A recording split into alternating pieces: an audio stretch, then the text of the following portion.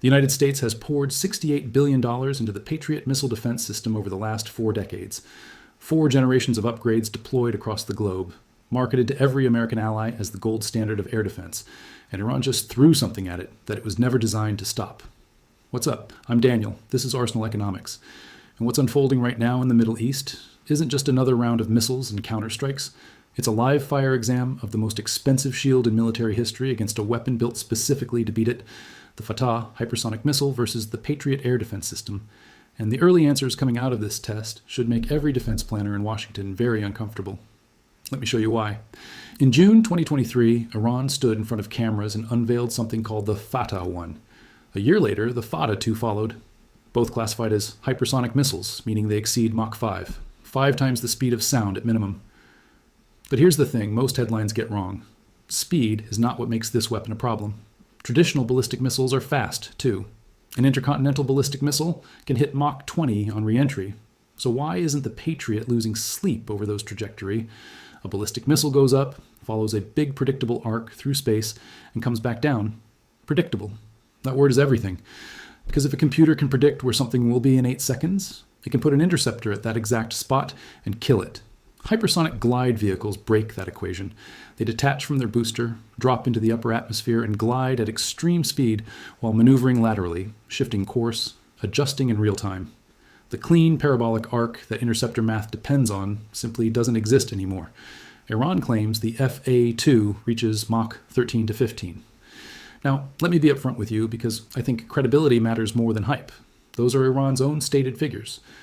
Full independent verification of exact performance specs does not exist because Iran is unexactly inviting Lockheed Martin engineers to observe flight tests. But what we do know from the Pentagon's own testimony before Congress, stated under oath multiple times, is this hypersonic weapons represent a threat category that currently deployed American defense systems were not designed to counter. That's not commentary from some random analyst. That's the Department of Defense telling Congress, on the record, we have a gap. So let's look at what sits on the other side of that gap. The Patriot system. Patriot entered service in 1981, originally built as an anti-aircraft system. Over the decades, it evolved. POTSI 2 added ballistic missile engagement.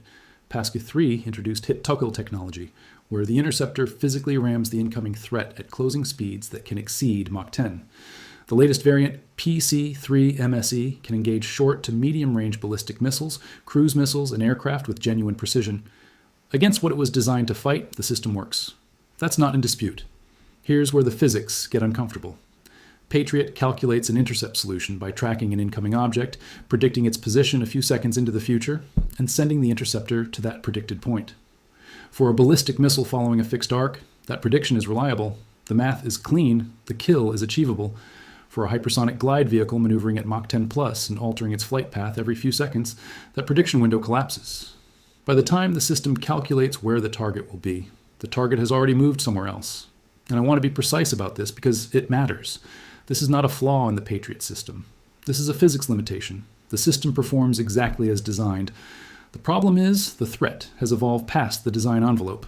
The US military understands this completely, which is why the Missile Defense Agency created the Glide Phase Interceptor program, a next-generation system built specifically to handle hypersonic threats. But that program is still in development, not deployed, not protecting anyone today. The shield that exists right now and the sword being swung at it were built for 2 different eras of warfare. And the sword showed up first. Let's anchor this in what has actually happened. Not speculation, not prediction, events. October 2024, Iran launches Operation True Promise 2. Approximately 180 ballistic missiles fired directly at Israel, the largest direct missile attack in Israel's history, every defense layer activated simultaneously. Arrow 3 for exopheric intercept, a 2 for upper atmosphere, David Sling for medium range, Patriot and Iron Dome for terminal defense, U.S. Navy destroyers in the eastern Mediterranean firing SM-3 interceptors. 4 nations worth of interceptor technology. Some of the most advanced on the planet operating together in real time. Some missiles were intercepted, confirmed by both sides. Some missiles were not also confirmed. Open source intelligence groups analyzed satellite imagery showing impacts at Needham Air Base and several other locations. Israel acknowledged hits, but characterized damage limited. Iran claimed significant destruction. The independent reality, as is almost always the case in active conflict, sits somewhere between both narratives, but the strategic signal was unmistakable. Against the densest, most layered missile defense network in the Middle East, possibly the world, missiles still landed. That is a fact both governments confirmed, just with different adjectives attached. Fast forward to 2025, and the situation has escalated considerably. Multiple defense publications report that Iran has employed advanced Fat series variants in subsequent strikes. There are reports circulating about specific Patriot radar systems being targeted and damaged, though I want to flag clearly that independent damage verification in an active conflict zone is extremely difficult. What is publicly confirmed is that the U.S. rushed additional THAAD batteries and military assets into the theater. Here's a question that answers itself. If existing defense systems were performing exactly as needed, why is the Pentagon emergency deploying reinforcements when the backup arrives before anyone asked for it publicly? The original plan isn't working the way the briefing slide said it would. Now zoom out. What does this mean for Israel's defense picture overall? Israel built the most layered missile defense architecture in the Middle East, maybe the most layered anywhere. Iron Dome alone has been called the most successful short-range defense system ever deployed, with reported intercept rates above 90% against rockets from Gaza. But Iron Dome was engineered for AASM rockets, not hypersonic glide vehicles traveling at 10 times the speed of sound. Each Israeli defense layer was purpose-built for a specific threat. Iron Dome for short-range rockets, David's Sling for medium-range and cruise missiles, a 2 for high-altitude ballistic threats, a 3 for exopheric intercept of long-range ballistic missiles. Count the layers designed specifically for maneuvering hypersonic weapons. The number is 0. That's not negligence. 5 years ago, the hypersonic threat from Iran was theoretical. Today, it's operational.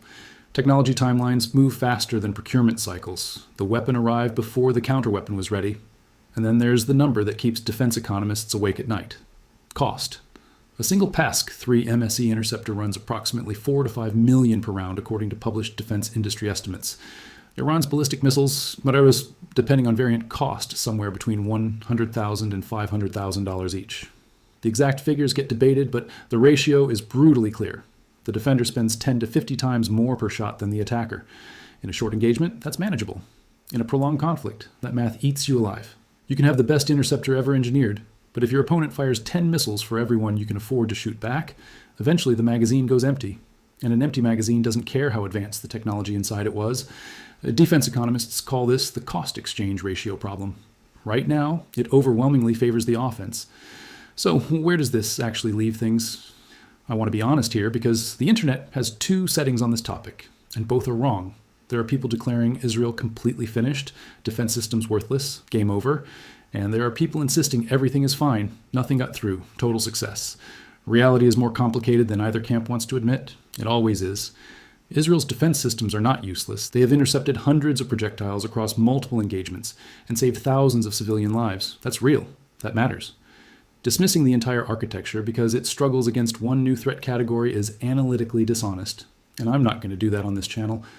But pretending the hypersonic gap doesn't exist is equally dishonest and arguably far more dangerous because if you convince yourself the shield still works perfectly, you stop building the next one.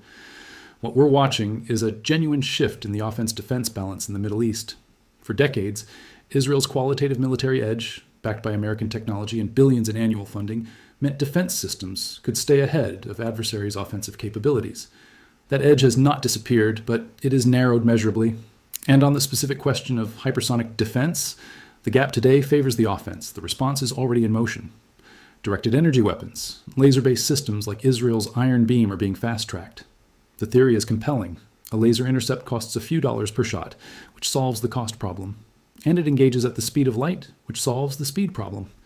But Iron Beam remains limited in range, affected by weather conditions, and not yet deployed at the scale needed to reshape the battlefield.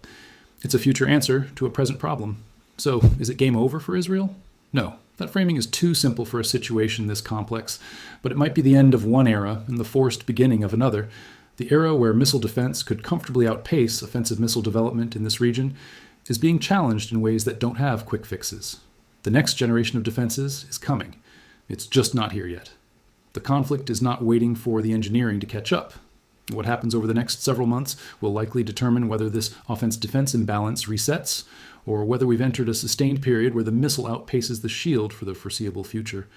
I'll be covering every development on this channel as it unfolds. If you want analysis built on evidence, not hype, not agenda, not panic, subscribe to Arsenal Economics. Hit that bell. I'm Daniel. Stay informed, stay sharp. I'll see you in the next one.